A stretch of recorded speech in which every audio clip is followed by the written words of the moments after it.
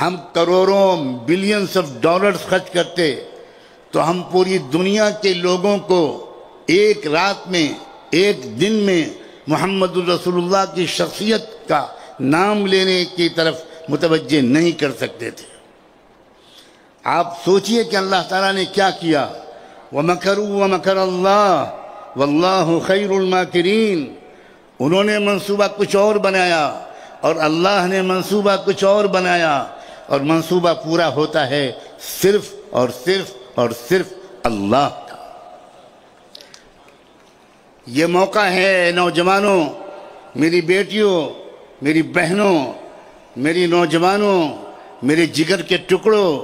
ملک و ملت کا مستقبل بننے کی حیثیت رکھنے والے اے نوجوانوں، یہ موقع ہے کہ تم ایک بار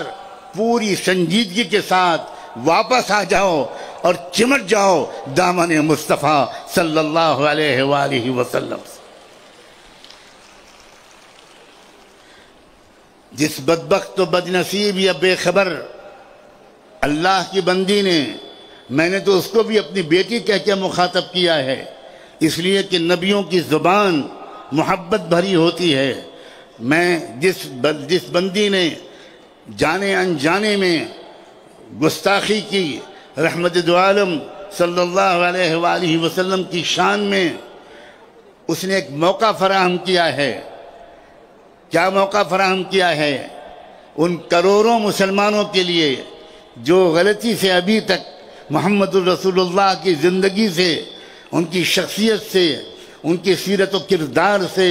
ان کے درد و غم سے، ان کے پیغام سے، انسانیت کے لیے ان کی محبت سے، ان کے عدل و انصاف سے، ان کی سخاوت سے واقف نہیں تھے، یہ موقع فراہم کیا ہے اے میرے نوجوانوں تمہارے لیے کہ تم اب محمد الرسول اللہ کی سیرت کو پھر سے پڑھو۔ مجھے جواب دو، ایسا کرو گے؟ کیا اس بات پر شرمندگی نہیں ہے کہ واقعی ہم بھی محمد الرسول اللہ کی ذات سے ویسی وابستگی، ویسا تعلق، ویسی عملی فالوئنگ، ویسا علم، ویسی واقفیت، ان کی زندگی، ان کے اخلاق و کردار، ان کے جذبات، ان کی آرزوئیں، ان کی تمناؤں سے، ان کے شب و روز کے معمولات سے ہم بھی اتنے واقف نہیں ہیں جتنا واقف ہونا چاہیے۔ اس آسمان کے نیچے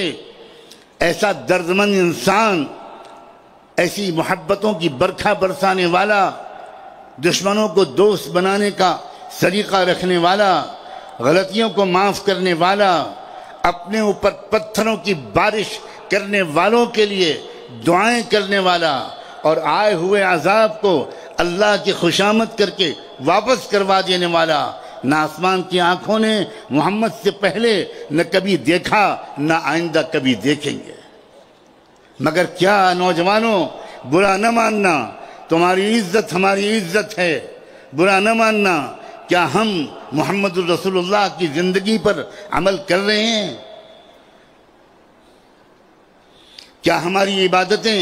کیا ہمارے اخلاق، کیا ہماری معاشرت، کیا غریبوں کے ساتھ ہمارا سلوک، کیا صفائی ستھرائی کا ہمارا اہتمام، کیا ہیلتھ اور ہائیجین کے اصولوں پر عمل کرنے کے سلسلے میں اللہ کے رسول کی تعلیمات، کیا پڑوسیوں کے ساتھ حسن سلوک، کیا یتیموں، غریبوں، مظلوموں، کسانوں، مزدوروں، مقروضوں، بیماروں، قیدیوں کے ساتھ کیا ہمارا اس طرح کا تعلق ہے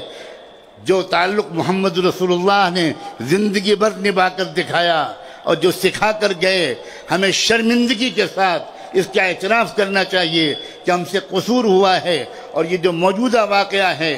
اس شر سے یہ خیر نکلنا چاہیے کہ پورے تمام مسلمانوں کا ایک جواب ہو، اور وہ یہ کہ تم نے ہم کو متوجہ کر دیا، آج سے نہ ہماری کوئی نماز لیٹ ہوگی، نہ ہمارے اخلاق خراب ہوں گے، نہ کوئی اولاد اپنے ماں باپ کے ساتھ اونچی آواز میں بات کرے گی، نہ کوئی امیر کسی غریب کو حقارت سے دیکھے گا، ہمارے محلے میں کوئی ایسا نہیں رہے گا جو بھوکا سو جائے۔ ہم اپنے غریب بھائیوں کے بچوں کی اچھی تعلیم کا انتظام کریں گے، اس لیے کہ یہی سکھایا تھا آقا نے ہم اپنے بھوکے پیاسے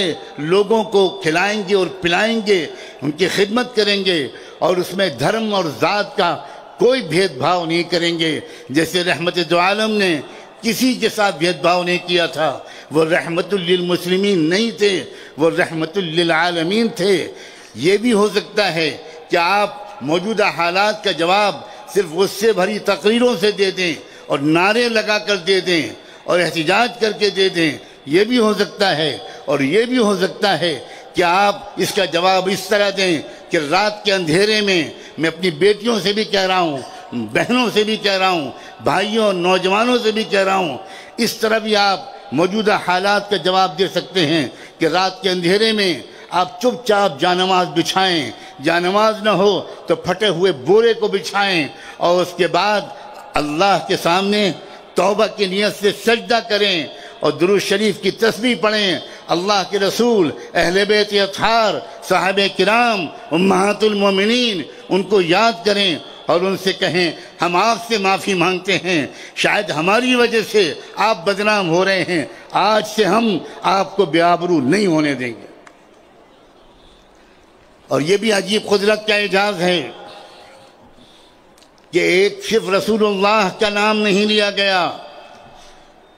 اہل بیت اطہار میں سے،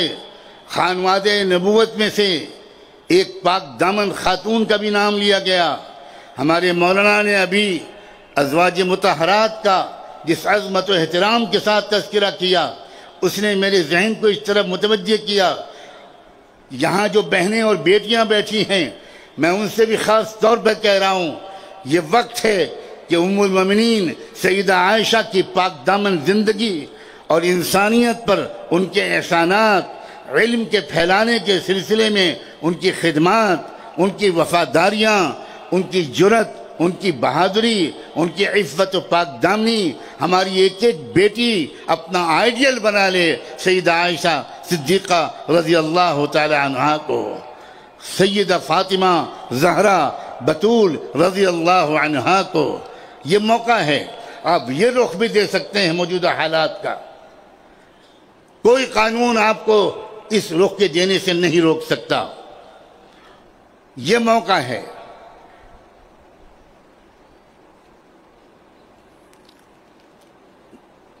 آپ نے شاید اردو کے مشہور شاعر اختر شیرانی کی زندگی کا ایک واقعہ سنا ہوگا۔ اختر شیرانی بڑے زبردست شاعر تھے، اور شاعر حضرات سے معذرت کے ساتھ کہتا ہوں کہ بہت سے شاعروں کی طرح شراب و کباب کے عادی ہو گئے تھے۔ ایک دن شراب کے نشے میں چور بیٹھے ہوئے تھے، زبان لڑکھڑا رہی تھی، ہوش جا چکا تھا، اور سنا ہے کہ جب کسی کے دماغ پر نشہ طاری ہوتا ہے، کوئی نشے میں مخمور ہو جاتا ہے، تو اپنے کو اپنی دنیا کا سب سے بڑا آدمی سمجھنے لگتا ہے۔ اسی کیفیت میں تھے کہ ان کے کسی منچلے اور شوخ شاگرد نے، اسٹوڈنٹ نے ان سے تفریح لینی شروع کی اور مختلف لوگوں کے بارے میں سوالات کرنے شروع کیے۔ کہا استاد جی جوش کے بارے میں کیا خیال ہے، استاد جی فلاں کے بارے میں کیا خیال ہے۔ اردو ادب کے عظیم اساطین کے نام لے کر، شعر و ادب کے عظیم اماموں کے نام لے کر جو اس دور میں تھے، پوچھنا شروع کیا اختر شیرانی سے۔ اختر شیرانی ہر ایک کو کنڈم کرتے چلے گئے۔ ارسطو اور سقراط کے بارے میں پوچھا، ان کے وہی عجیب و غریب تمسخر آمیز انداز سے جواب دیا اختر شیرانی نے۔ اس وقت کسی بے خبر نوجوان کی زبان سے ایک عجب جملہ نکلا۔ وہ ایک کمیونسٹ نوجوان تھا، اس نے سوچا کہ یہ ایک اچھا موقع ہے، استاد جی نشے کی کیفیت میں ہیں، ایک جملہ ان سے کہلوا لیا جائے جو بعد میں سند بن جائے گا ہم شاگردوں کے لیے۔ اس نے کہا، اور حضور استاد حضور پیغمبر محمد کے بارے میں کیا خیال ہے؟ نوجوانوں کلیجے پر ہاتھ رکھ کر سنو کہ شراب کے نشے میں چور وہ اختر شیرانی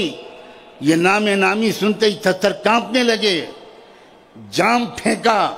چھڑی اٹھائی اور اس طرح اس نوجوان کے پیشانی پر مارا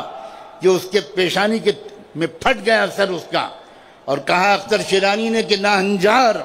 اے بدبخت، تیری ہمت کیسے ہوئی کہ تو نے میری ناپاک مجلس میں یہ پاک نام لیا۔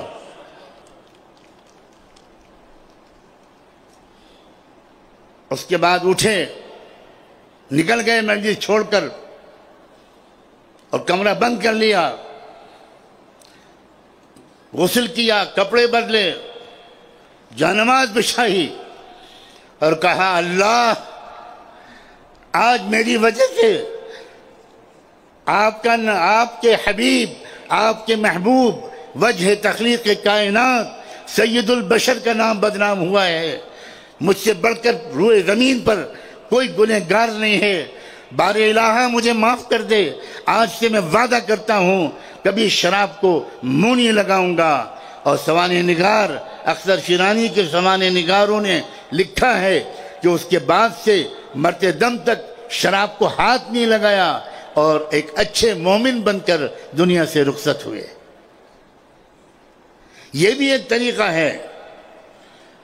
ان چیلنجز کو قبول کرنے کا یہ بھی ایک طریقہ ہے۔ یہ جلسہ خالی سیاسی جلسہ ہرگز نہیں ہے، یہ جلسہ ایک اصلاحی جلسہ ہے، یہ جلسہ ایک تعلیمی جلسہ ہے، یہ جلسہ ایک تربیتی جلسہ ہے، یہ جلسہ ایک ایجوکیشن کی روح لیے ہوئے ہے۔ اور میں آپ کے اس جذبے کو، اس ادب کو،